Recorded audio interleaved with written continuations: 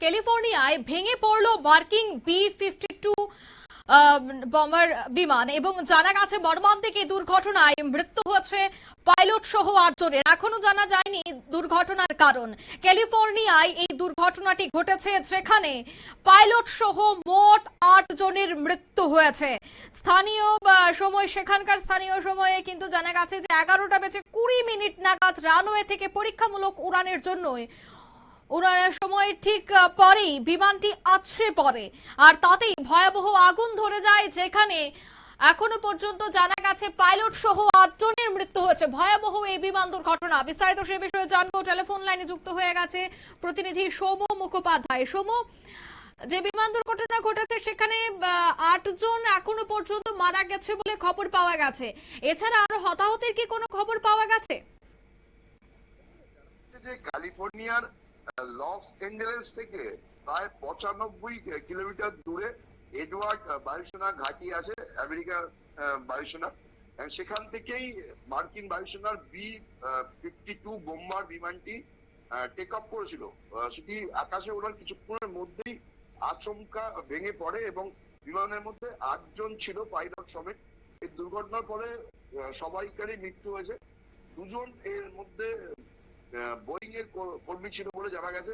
ইতিমধ্যেই দুর্ঘটনার ভিডিও প্রকাশ্যে এসছে, তাতে দেখা যাচ্ছে যে বিমানটি টেক অফের পরেই আচমকা বাঁক নেয় এবং তারপরে সেটি আছড়ে পড়ার পরেই বিমানটিতে আগুন ধরে যায়।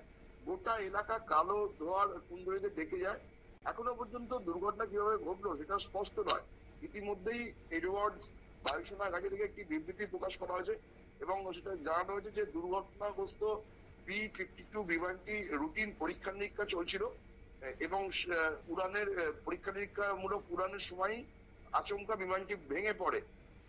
এই দুর্ঘটনার ফলে দুর্ঘটনার কিছুক্ষণ বাদেই লস এঞ্জেলেসের স্টেডিয়ামে ইরানের জাতীয় ফুটবল দল তারা বিশ্বকাপ ফুটবল খেলতে নেমেছিল এবং ফলে এই ঘটনাকে নিয়ে তীব্র উত্তেজনা সৃষ্টি হয়। দুর্ঘটনার পরে বায়ুসেনা ঘাঁটি থেকে জানানো হয় যে জরুরি পরিষেবার সঙ্গে যুক্ত কর্মীরা তারা দুর্ঘটনা পৌঁছে উদ্ধার কাজ শুরু করেছে এবং বায়ুসেনা ঘাঁটিটা সাময়িকভাবে বন্ধ করে দেওয়া হয়েছে। বায়ুসেনা ঘাঁটি ঘুরে দেখার জন্য যে ভিজিটার পাস দেওয়া হতো সেটাও বন্ধ রাখা হয়েছে। এই বিষয় নিয়ে মার্কিন বায়ুসেনার কর্নেল জেমস হেইস তিনি জানান যে দুর্ঘটনার ফুটেজ বিশ্লেষণ করে দেখা হচ্ছে। প্রাথমিকভাবে যেটা দেখা গেছে যে ওই বিমানে কেউ বেঁচে নেই এবং ব্ল্যাক বক্স উদ্ধার করা হয়েছে। দিয়ে কিভাবে ভেঙে পড়লো সেটার কারণ জানার চেষ্টা হচ্ছে।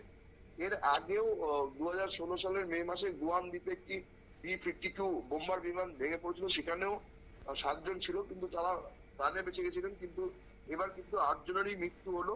কেন এই ধরনের ঘটনা ঘটলো এবং যখন ইরানের সাথে যুদ্ধের একটা বিষয় চলছে তখন এই ধরনের ঘটনায় কিন্তু মার্কিন বায়ুসেনার মধ্যে যথেষ্ট প্রভাব ফেলেছে এবং যারা এই ঘটনার জন্য দায়ী তাদের বিরুদ্ধে কিন্তু শাস্তি দাবি উঠছে। একদমই, ধন্যবাদ। তবে এই বিষয়ে কিন্তু বিশেষজ্ঞদের ধারণা হচ্ছে বিমান চলাচল বিশেষজ্ঞরা অনুমান করছেন উড্ডয়নের ঠিক পরে যেহেতু দুর্ঘটনাটি ঘটেছে তাই কোনো মারাত্মক যান্ত্রিক ত্রুটি বা ইঞ্জিন বিকল হওয়া বা নিয়ন্ত্রণজনিত সমস্যা এর পেছনে থাকতে পারে। পূর্ণাঙ্গ তদন্তের রিপোর্ট আসতে প্রায় 6 মাস লেগে যেতে পারে বলেই সামরিক কর্মকর্তারা জানিয়েছেন। নিয়ে নিচ্ছি ছোট একটি বিজ্ঞাপন বিরতির সঙ্গে থাকুন।